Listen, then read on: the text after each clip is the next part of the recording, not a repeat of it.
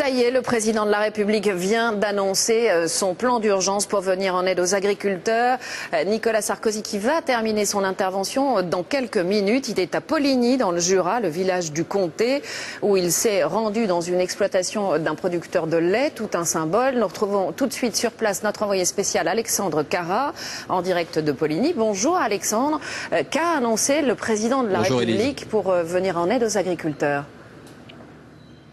Alors d'abord il faut savoir que c'était une visite sous haute surveillance. Il s'était agi de garder le lieu secret de la visite de Nicolas Sarkozy pour éviter évidemment toute manifestation d'agriculteurs en colère. Alors ça c'est raté puisque un groupe d'agriculteurs a réussi à déjouer la surveillance policière et à l'heure où je vous parle ils sont en train d'être évacués là à 200 mètres de l'endroit où Nicolas Sarkozy est en train d'intervenir. Alors en ce qui concerne les annonces de Nicolas Sarkozy, son discours s'appelle un nouvel avenir pour l'agriculture. Dedans il y a d'abord 1 milliard d'euros de prêts garantis par l'État et également 650 millions d'euros d'aide exceptionnelle de l'État. Il y a aussi l'engagement de garantir la filière lait et aussi d'une renégociation de la PAC pour les années 2010-2013. Enfin, ces mesures seront-elles suffisantes pour réconcilier l'Élysée avec les agriculteurs très en colère en ce moment? Le défi est double pour Nicolas Sarkozy, ramener le calme dans les campagnes, mais également ramener les agriculteurs aux urnes, un électorat traditionnellement plutôt à droite,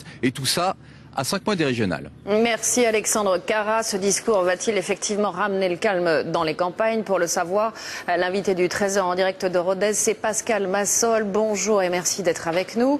Vous êtes président de l'association des producteurs de lait indépendants. C'est vous qui avez lancé la fameuse grève du lait partout en Europe. Quelles sont vos premières réactions face au plan d'urgence proposé par Nicolas Sarkozy? Mais la réaction est positive, donc il a fallu qu'on interpelle très fort l'État et l'Europe sur notre situation. Je pense que l'État n'avait pas et l'Europe n'avaient pas acté que nous étions aussi bas, nous étions descendus aussi bas. Et donc nous avons amené des chiffres vrais, nous avons amené un raisonnement qui était correct, qui était important, qui était ambitieux. Et je vois que M. le Président s'en a inspiré aujourd'hui et ça me fait plaisir. Ça veut dire que pour vous, 650 millions d'euros d'aide et 1 milliard de prêts bonifiés, c'est suffisant ? Oui, il va falloir étudier au cas par cas, mais je pense que déjà il y a quand même un geste qui est quand même fort. Et donc il a bien expliqué que c'était une crise qui était structurelle. Nous on avait demandé une aide conjoncturelle pour finir l'année, parce que l'essentiel c'était ça, finir l'année d'abord, et ensuite mettre une régulation européenne en place. On a fait des propositions qui suivent leur cours. Et je pense que, j'espère que dans les années à venir, nous allons pouvoir rembourser ce que nous donne l'État en payant des impôts, parce que notre production sera redevenue rentable. Alors justement, Pascal Massol, vous le dites, des aides ponctuelles pour passer un mauvais cap jusqu'à la fin de l'année, c'est bien. Mais est-ce que ça n'est pas finalement tout le système qu'il faut changer? Qu'est-ce que vous demandez précisément? Oui, il faut changer le système complètement. On s'est aperçu que la dérégulation ne profitait ni aux producteurs ni aux consommateurs. Ça ne profite qu'aux intermédiaires. Il faut absolument mettre des garde-fous. Il faut coller la production à la consommation. C'est pas plus compliqué que ça. Et exporter sur le marché mondial si et seulement si c'est rentable et rémunérateur.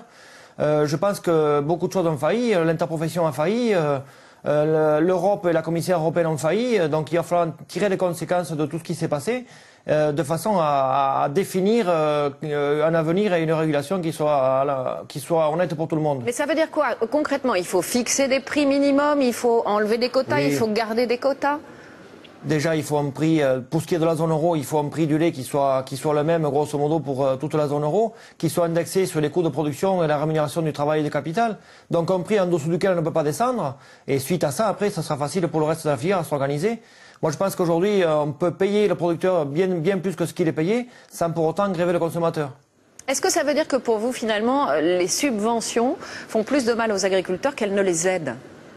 Oh oui. Moi, je préfère qu'on vive sans subvention, surtout pour la filière laitière. La filière laitière est assez riche pour vivre toute seule. Et donc, il est quand même dramatique de voir qu'il n'y a qu'un seul pays au monde où le producteur de lait vit décemment, c'est le Canada. Et la production est régulée et encadrée et l'État ne verse absolument aucune subvention. C'est à ça que les producteurs de lait européens aspirent. Et nous sommes aussi en train de voir pour se fédérer au niveau mondial les producteurs de lait, parce qu'il est essentiel. La production se mondialise, donc il faut qu'on puisse répondre au niveau mondial. Merci à vous en tout cas Pascal Massol d'être intervenu en direct juste après le discours du président de la République dans notre journal de 13h.